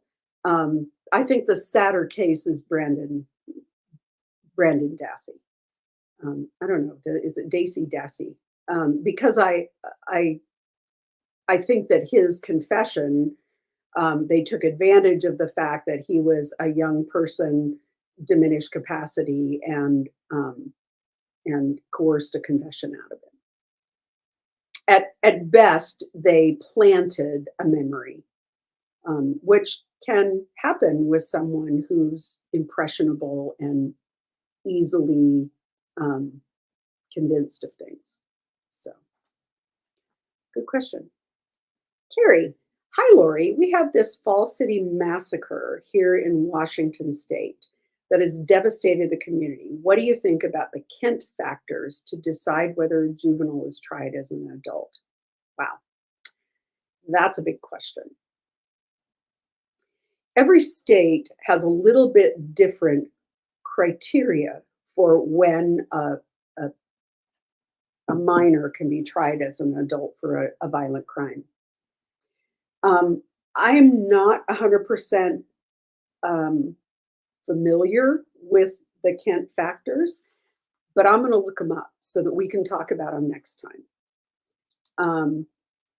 And Jen, if you would screenshot Carrie's question and make sure that I get it so that we can look that up. And Carrie, I hereby promise that I will look up the Kent factors. What I can say in general is that every state has a little bit different criteria. And for example, in Oregon, we have what was passed a long time ago called Ballot Measure 11, which codified in a statute the instances where someone under the age of 15 would be, or 15 and above um, would be tried as an adult. And so it's in a statute. The fact that we're talking about Kent factors makes me wonder if this comes out of a case, and that there are the Washington Supreme Court has delineated in case law how the factors to try a youth as an adult. In the state of Oregon, you cannot be tried as an adult if you are under the age of 15, regardless of the crime and the factors. But I don't, I will look it up and we'll talk about it next time. So, all the more reason, Carrie, why you should tune in next week. Hi, Roz. Is Sarah Boone on suicide watch? I'm wondering whether she will decide to unalive herself. I'm trying to be at least marginally good for YouTube as a final demonstration of control and to maintain victim status. It's my understanding, sorry about that. It is my understanding that in most cases, once there is a conviction that is going to lead to a lengthy sentence, that person is sort of automatically on suicide watch for some period of time. I would suspect, because of her, at least the allegations of some mental health complications, that she would be on suicide watch for at least the immediate future until the prison is sure that she's okay. I guess my take would be that narcissistic personality disorder is not always compatible with someone unaliving themselves, if that makes sense. People who are grandiose and who are narcissistic, that is not necessarily their go-to resolution to a problem. So there are other types of personality types that are, I think, more aligned with that. Now, that's not to say that it doesn't happen. I mean, look at Jeffrey Epstein. I don't think you could find somebody who was more of a narcissist than him, although I would argue that he was a sociopath. But I think I just don't think I don't see that with her. Yeah, I think that most jails take precautions early on, especially when you have somebody really high profile and they get a sentence and it's a lengthy sentence. I mean, erring on the side of caution, I think you observe them until you're sure they're safe. But that wouldn't be my first response. Well, we're at the 2-hour mark, and I don't like to keep you past 2 hours. So why don't we take one more question? If I didn't get to your question tonight, please post it in the comments and we will address it. If you don't like posting publicly, please drop me an email. My email's in the comments. And for those of you who asked for the rustic no knead bread recipe, it's in the comments. I posted it. And it's super easy and it makes amazing bread. And if you want to make your family or your neighbors really happy, um, that's the way to do it. Hi, Rachel. This is probably not the best night to ask about this, but I'm dying to hear your opinion, Lori, on Charlie Adelson's current appeal. Oh, I'm going to make a note of that, and we are going to talk about it. But I don't think his current here. Okay, I think the only place possible for an appeal is the issue of the conflict of lawyers. And I think it's interesting. I don't remember if it was Bob Mata. I don't remember, but somebody was saying, or maybe it was Peter Tragos actually, was saying he didn't recall there being a report early of Dan Roshbaum originally being Donna's lawyer, but I knew that information, so I think it was out there originally when it looked like when the first three, the gunman and Catherine Magbanua were arrested and going to trial, and it looked like they were being named as unindicted co-conspirators. Harvey and Donna hired Dan Rushbaum. He was their lawyer first. Then when Charlie went to trial, he was charged and Donna was still an unindicted co-conspirator. He agreed to represent Charlie.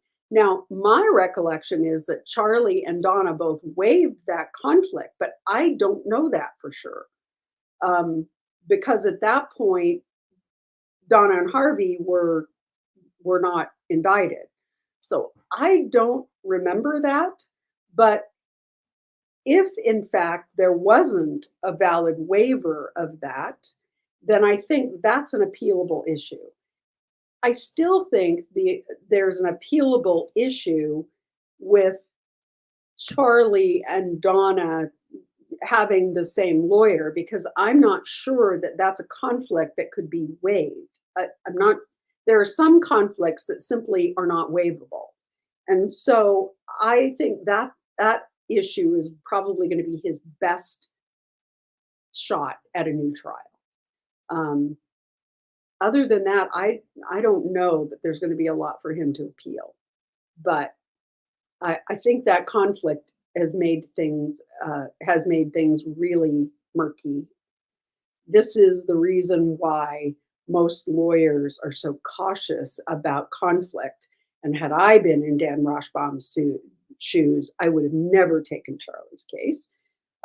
But I also understand that when people who have a lot of reasons not to trust find a lawyer they trust, then they all want to keep that lawyer because they have a relationship with that lawyer. And it's more than just a lawyer-client kind of a relationship. They feel invested in their relationship with that lawyer. So, I mean, I guess I understand it. And I understand Dan Rushbaum developed a real fondness for Donna Adelson. He said, she reminds me of my Jewish mother. And, I mean, over the years, I developed a real fondness for a lot of my clients. So I get that. But you can't let that interfere with protecting your client's rights. And that means saying, no, I can't represent your son because I've represented you and I know too much about the case. And we can't all be the white knight and always say yes. So, well, folks, oh, good, Sharon, you made the bread and it is delicious. It is always a hit. My family loves it. and it's not hard to make. There's I also have a recipe for 1 hour dinner rolls. I think it takes a little more than an hour, but they turn out lovely. And those are two of my family's favorite things.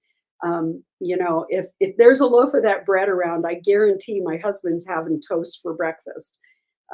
So it's not sourdough, although you could use a sourdough starter with it and make it sourdough. I think you could also replace some of the white flour with wheat flour and make a wheat version. So, with that, my friends, I'm going to say good night. Thank you for joining me tonight. Thank you for sticking with me through a couple of a little bit impassioned rants on my soapbox. Thank you for being with us. Thank you to everyone who has ordered the book. If you would like a signed book plate for your book and some stickers, please email me your address. Don't put it in the comments. I don't want your address in the comments.